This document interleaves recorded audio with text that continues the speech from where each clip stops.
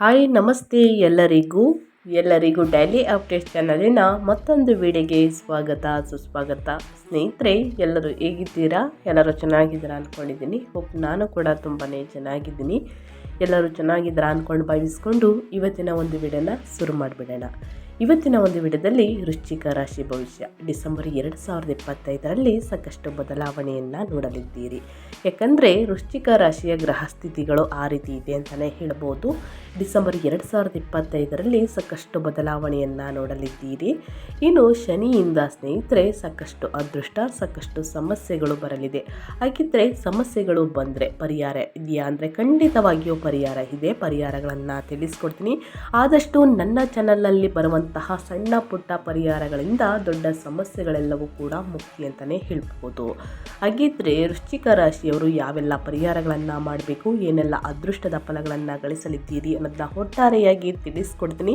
ಇದನ್ನೆಲ್ಲ ಕಂಪ್ಲೀಟಾಗಿ ತಿಳ್ಕೊಬೇಕು ಅಂದರೆ ಎಲ್ಲೂ ಕೂಡ ವಿಡಿಯೋನ ಸ್ಕಿಪ್ ಮಾಡಬಾರ್ದು. ಅಂದರೆ ವಿಡಿಯೋನ ಕಟ್ ಮಾಡಿ ಓಡಿಸ್ಕೊಂಡು ನೋಡಿದ್ರೆ ಫುಲ್ ಇನ್ಫಾರ್ಮೇಷನ್ ಅರ್ಥ ಆಗಲ್ಲ. ಸೊ ಹಾಗಾಗಿ ಎಲ್ಲ ವಿಡಿಯೋದಲ್ಲೂ ತಿಳಿಸ್ತಾ ಇರ್ತೀನಿ. ಮೊದಲಿಂದ ಕೊನೆ ತನಕ ವಿಡಿಯೋನ ವಾಚ್ ಮಾಡಿ.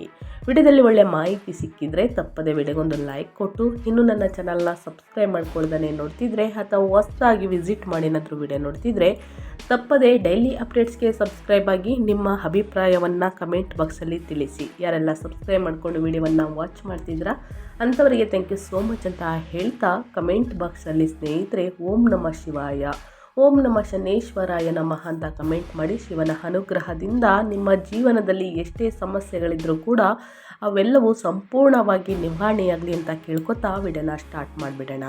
ಮೊದಲನೇದಾಗಿ ಶನಿ ಗುರು ಬಗ್ಗೆ ಹೇಳೋದಾದರೆ, ಗುರು ಕರ್ಕಟಕದಲ್ಲಿ 9ನೇ ಮನೆಯಿಂದ ಮಿಥುನ ರಾಶಿಗೆ ಸ್ಥಳಾಂತರಗೊಳ್ಳುತ್ತಾರೆ 8ನೇ ಮನೆಗೆ ಡಿಸೆಂಬರ್ 5ರಂದು.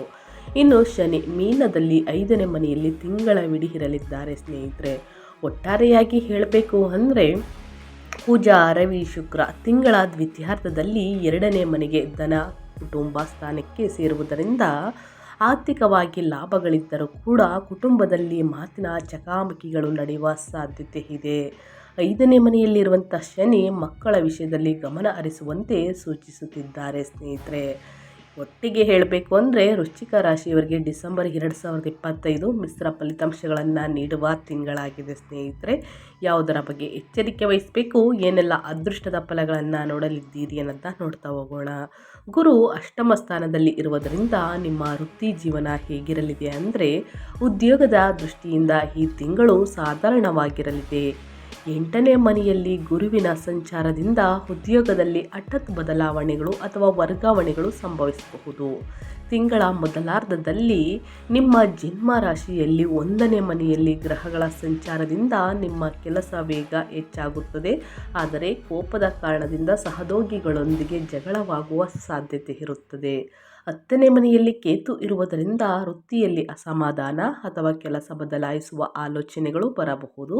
ಹೊಸ ಉದ್ಯೋಗಕ್ಕಾಗಿ ಪ್ರಯತ್ನಿಸುತ್ತಿರುವವರಿಗೆ ತಿಂಗಳ ಕೊನೆಯಲ್ಲಿ ಸ್ವಲ್ಪ ಮಟ್ಟಿಗೆ ಯಶಸ್ಸು ಸಿಗಬಹುದು ಸ್ನೇಹಿತರೆ. ಇನ್ನು ನಿಮ್ಮ ಹಣಕಾಸಿನ ಸ್ಥಿತಿ ಬಗ್ಗೆ ಹೇಳೋದಾದರೆ, ಆದಾಯದ ಬಗ್ಗೆ ಹೇಳೋದಾದರೆ ಕುಟುಂಬದ ಆಸ್ತಿಯ ಮೂಲಕ ಅಥವಾ ವ್ಯಾಪಾರದ ಮೂಲಕ ಲಾಭಗಳು ಬರುತ್ತವೆ. 8ನೇ ಮನೆಯಲ್ಲಿ ಗುರು ಇರುವುದರಿಂದ ಪಿತ್ರಾರ್ಜಿತ ಆಸ್ತಿ ಅಥವಾ ಇನ್ಶೂರೆನ್ಸ್ ಮೂಲಕ ಹಣ ಬರುವ ಸಾಧ್ಯತೆ ಇದೆ.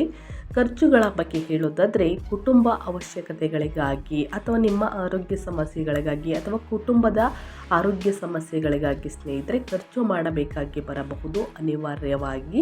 ಸೊ ಹಾಗಾಗಿ ಆದಷ್ಟು ಒಂದು ಸ್ವಲ್ಪ ಸೇವಿಂಗ್ಸ್ ಅನ್ನೋದನ್ನ ಇಡಬೇಕಾಗುತ್ತದೆ. ಅನಗತ್ಯ ಖರ್ಚುಗಳನ್ನು ಮಾಡ್ತಾ ಹೋದರೆ ಸ್ನೇಹಿತರೆ ಮುಂದಿನ ದಿನಗಳಲ್ಲಿ ನಿಮ್ಮ ಆರ್ಥಿಕ ಸ್ಥಿತಿ ಅಂದರೆ ನಿಮ್ಮ ಹಣಕಾಸಿನ ಸ್ಥಿತಿ ಸಾಕಷ್ಟು ಹದಗೆಡುವ ಚಾನ್ಸಸ್ ಇರುತ್ತದೆ. ಇನ್ನು ಹೂಡಿಕೆಗಳ ಬಗ್ಗೆ ಹೇಳೋದಾದರೆ ಹೊಸ ಹೂಡಿಕೆಗಳಿಗೆ ಇದು ಸೂಕ್ತ ಸಮಯವಲ್ಲ. ವಿಶೇಷವಾಗಿ ಷೇರು ಮಾರುಕಟ್ಟೆ ಅಥವಾ ಊಹಾಪೋಹದ ವ್ಯಾಪಾರ ವ್ಯವಹಾರಗಳಿಗೆ ಹೋಗದಿರುವುದು ಒಳ್ಳೆಯದು. ಒಟ್ಟಾರೆಯಾಗಿ ಹೇಳಬೇಕು ಅಂದರೆ ಮಿಶ್ರ ಫಲಿತಾಂಶವನ್ನು ನೋಡಲಿದ್ದೀರಿ. ಇನ್ನು ನಿಮ್ಮ ವ್ಯಾಪಾರ ವ್ಯವಹಾರದ ಬಗ್ಗೆ ಹೇಳೋದಾದರೆ ವ್ಯಾಪಾರಿಗಳಿಗೆ ಈ ತಿಂಗಳು ಮಿಶ್ರ ಫಲಿತಾಂಶಗಳು ಇರುತ್ತವೆ. 2ನೇ ಮನೆಯಲ್ಲಿ ಗ್ರಹಗಳ ಸಂಚಾರದಿಂದ ವ್ಯಾಪಾರದಲ್ಲಿ ಹಣದ ಹರಿವು ಚೆನ್ನಾಗಿರುತ್ತದೆ ಸ್ನೇಹಿತರೆ.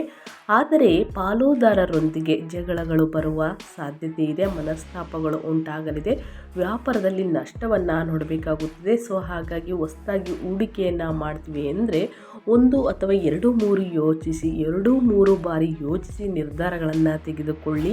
ಮುಖ್ಯವಾಗಿ ಆರ್ಥಿಕ ವ್ಯವಹಾರಗಳಲ್ಲಿ ಪಾರದರ್ಶಕತೆ ಕಾಪಾಡಿಕೊಳ್ಳಿ ಸ್ನೇಹಿತರೆ.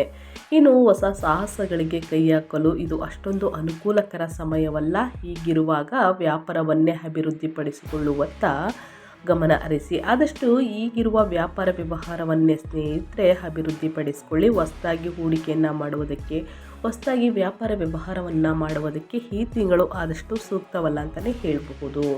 ಇನ್ನು ನಿಮ್ಮ ಶಿಕ್ಷಣದ ಬಗ್ಗೆ ಹೇಳೋದಾದರೆ, ವೃಶ್ಚಿಕ ರಾಶಿಯವರ ಶಿಕ್ಷಣದಲ್ಲಿ ವಿದ್ಯಾರ್ಥಿಗಳು ಏನೆಲ್ಲ ಫಲಿತಾಂಶವನ್ನು ನೋಡಲಿದ್ದೀರಿ ಅಂದರೆ, 2ನೇ ಮನೆಯಲ್ಲಿರುವಂತಹ ಬುಧ ಇರುವುದರಿಂದ ನಿಮ್ಮ ವಾಕ್ಚಾತುರ್ಯ ಚೆನ್ನಾಗಿರುತ್ತದೆ ಸ್ನೇಹಿತರೆ. ಸ್ಪರ್ಧಾತ್ಮಕ ಪರೀಕ್ಷೆಗಳಿಗೆ ತಯಾರಾಗುತ್ತಿರುವವರು ಕಠಿಣ ಪರಿಶ್ರಮ ಪಟ್ಟರೆ ಮಾತ್ರ ಫಲಿತಾಂಶ ಸಿಗುತ್ತದೆ.